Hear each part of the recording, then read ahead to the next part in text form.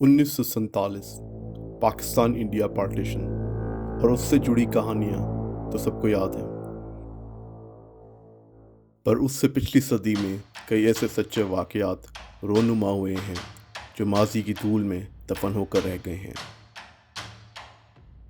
ऐसे किस्से जो न कभी सच्चाई से लिखे गए और ना ही सुनाए गए। जैसलमेर, सुनहरी रेत का वो शहर जो अपनी ज़िंदगी के सरगमों से आज भी भरा भरा लगता है। उससे कुछ ही दूरी पे कुलदरा का गांव, जो खुद कभी एक शाहकार से कम न था, आज किसी की बददुआओं, शराब की वजह से एक उजड़ी हुई विधवा का रूप धारे खड़ा है।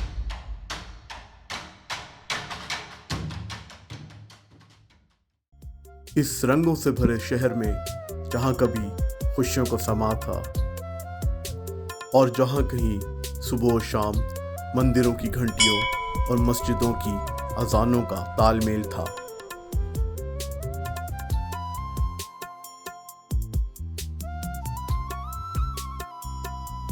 वहीं एक ऐसी सच्ची मोहब्बत ने भी जन्म लिया जिसका अंजाम इस शहर को खंडर में बदल गया।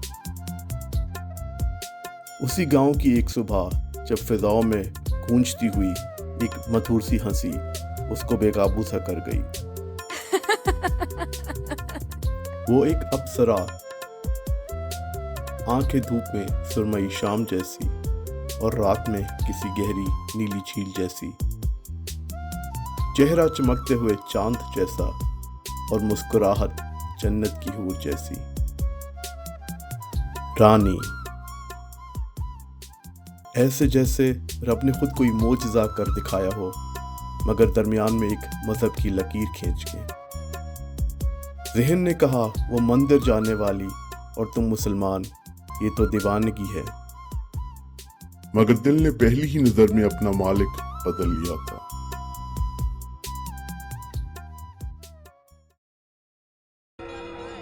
टनोट मंदिर या फिर मंदिरों का महामंदिर, कुलदरा गांव की जीनत, जिसके भजन आज भी राजस्थान की हवाओं में सुनाई देते हैं।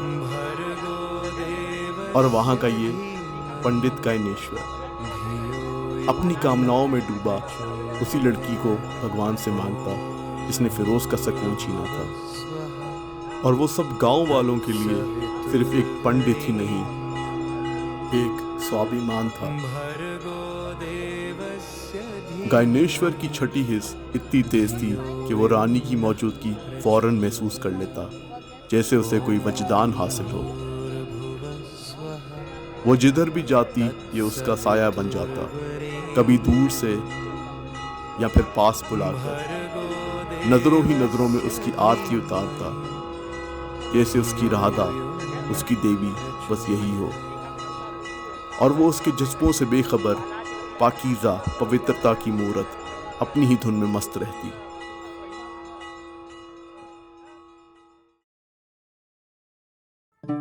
दूसरी तरफ फिरोज, जिसको सुकून न था, जैसे उसका कुछ छिन सा गया हो। वो एक हुस्न बेमिसाल फिरोज को अपने इश्क में मुब्तला कर गया था और उसकी इबादतों ने भी जैसे अपना रुख मोड़ सा लिया था। फिर एक रोज जैसे फिरोज की मुराद सुनी गई हो, वो उसे हंसती चहचहाती हुई बाजार में नजर आई। फिरोज उसको चुपके से देखता हुआ अपना हाल दिल बयान करने के लिए उसी से जा टकराया।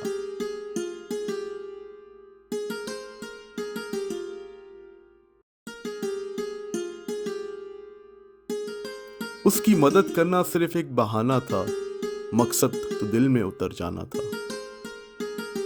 और जब नजरें मिली तो उसकी निगाहें रानी से वो सब कुछ कह गईं जो फिरोज अपने दिल में छुपाए बैठा था।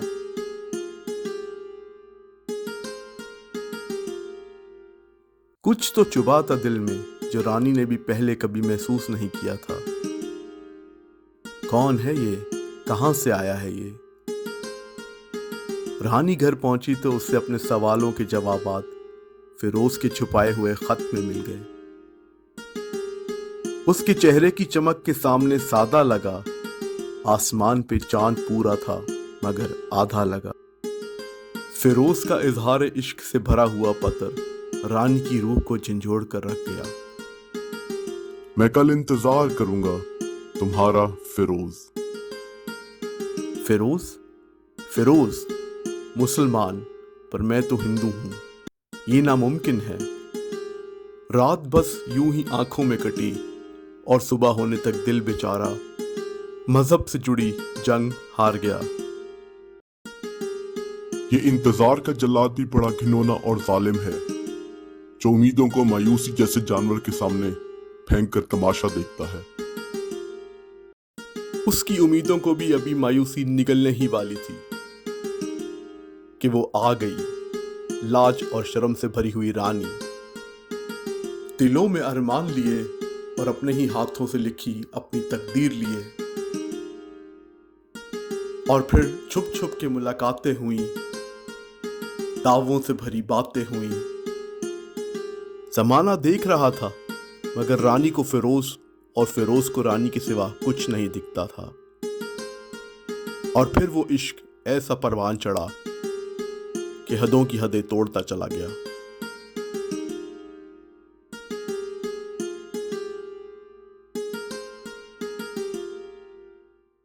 बगावत छुपाए नहीं छुपती, ये उड़ती हुई खबर गैनेश्वर के कानों में भी जा पड़ी।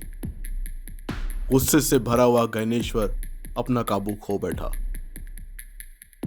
एक शाम जब रानी फिरोज से मिलने गई तो वह अकेली नहीं थी। उसके ताकुत में पंडित का कहर, उसका क्रोध भी आया था। फिरोज अपने अंजाम से वाकिफ तो था, लेकिन रानी से बिछड़ने का गम उस अंजाम से भी ज्यादा तकलीफ ज़दा था। उस रात बेरहमी की वो इंतहा हुई कि आसमान भी रो पड़ा।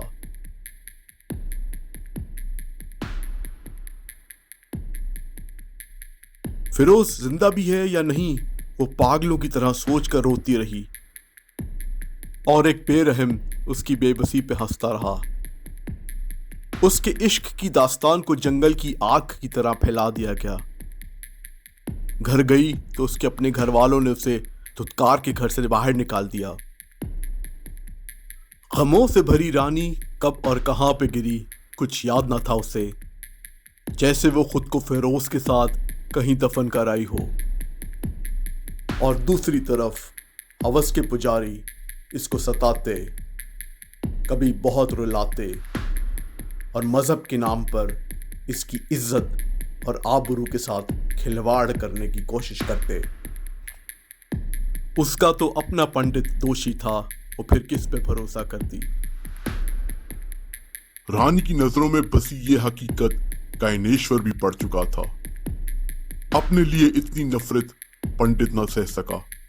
रानी को तोड़ना चाहा मगर ना तोड़ सका। पंडित ने उसके इश्क को धर्म के नाम पे गलत रूप दे दिया और सती की सजा सुना दी। शायद फिरोज जिंदा हो ये सोचकर रानी उस रोज वहां से भाग निकली, वरना जिंदा जला दिए जाने का उसे कोई खौफ न था। बेसरो सामान रानी एक पुरानी हवेली में जा छुपी। न ओढ़ने को कुछ था और न खुद को बचाने को, और बाहर जमाना उसके खून का प्यासा बना फिर रहा था। कब दिन गुजरा कब रात हुई, वो लाचार लड़की सिर्फ फिरोज की राह तकती रही। मगर फिरोज वो तो कब का जा चुका था। जालिमों ने उस रात ही उसको रेत की मनो मिट्टी तले दफन कर दिया था। फिर एक दिन आखिर रानी का भी वक्त आ गया, जब कुछ ब्राह्मणों ने उसे हवेली के तहखाने में छुपा हुआ पाया। नफरत का कोई मजहब नहीं, क्योंकि मजहब नफरत की इजाजत नहीं देता। उनका क्रोध इस हद तक जा सकता था, शायद पंडित अगर वहां होता तो वो भी रो पड़ता। उन दरिंदों ने तहखाने को ऊपर तक ईंधन से भर के जिंदा रानी को आग में झोंक दिया। वो जलती रही और ब्राह्मण उसकी चीखों पुकार सुनने को तरसते रहे। मगर उसकी एक आह तक नहीं सुनाई दी। जानती थी वो उस अगले जहान में फिरोज उसका होगा और सिर्फ उसी का। मरते समय रानी ने अपने झुलसे हुए हाथों को हवा में उठाकर उस गांव को एक ऐसी बद्दुआ दी जिसने कुलधरा को एक झटके में खंडर बना दिया। मावस भरी रात जब कुलधरा में रहने वाले हजारों लोग अपने ही घरों से गायब हो गए और आज तक इसका कारण कोई नहीं जानता कि वो कहाँ है। कुलधरा खाली बयाबान हो गया और फिर दोबारा कभी न बस सका। राहुल, तुम किससे बात कर रहे हो? इनसे और किससे?